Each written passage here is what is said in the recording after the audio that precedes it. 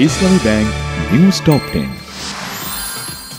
প্রধান উপদেষ্টার সাথে বিএনপির বৈঠক সোমবার, জানিয়েছেন সালাহউদ্দিন আহমেদ। ডিসেম্বরের আগেই নির্বাচন জনগণের দাবি। ক্ষমতা ধরে রাখতে ভয়ঙ্কর হত্যাযজ্ঞ চালিয়েছে ফ্যাসিস্ট সরকার, রেহাই পায়নি শিশুরাও, বলেছেন তারেক রহমান। জিয়ার শাহাদত বার্ষিকীতে লন্ডনে মিলাদ। এনসিপি নেতা হাসনাত আব্দুল্লাহ বলেছেন, বিএনপি বা অন্য কোনো দলের সাথে তার দলের আসন ভাগাভাগির সমঝোতার দাবি সম্পূর্ণ ভিত্তিহীন।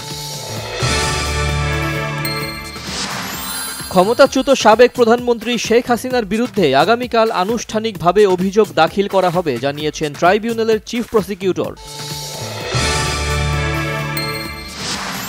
জামায়াতে ইসলামীর নিবন্ধন অবৈধ ঘোষণা করে দেয়া হাইকোর্টের রায়ের বিরুদ্ধে করা আপিলের রায় আগামীকাল।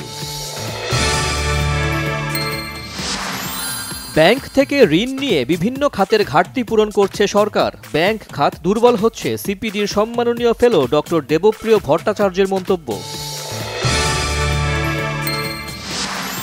বিদ্যুৎ, জ্বালানি ও খনিজ সম্পদ উপদেষ্টা ফাউজুল করিম খান বলেছেন, আজকের মধ্যেই শিল্পাঞ্চলগুলোতে গ্যাস সরবরাহের স্বাভাবিক চেষ্টা করছে সরকার।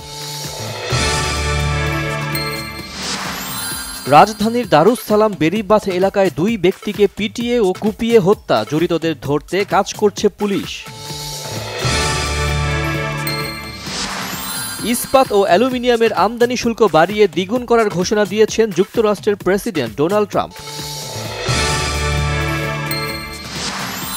ইউরোপ সেরার চ্যাম্পিয়ন্স লিগ ট্রফির ফাইনাল আজ রাত 1টায় মিউনিখের অলিম্পিক স্টেডিয়ামে মুখোমুখি ফরাসি ক্লাব পিএসজি ও ইতালির ক্লাব ইন্টার মিলান।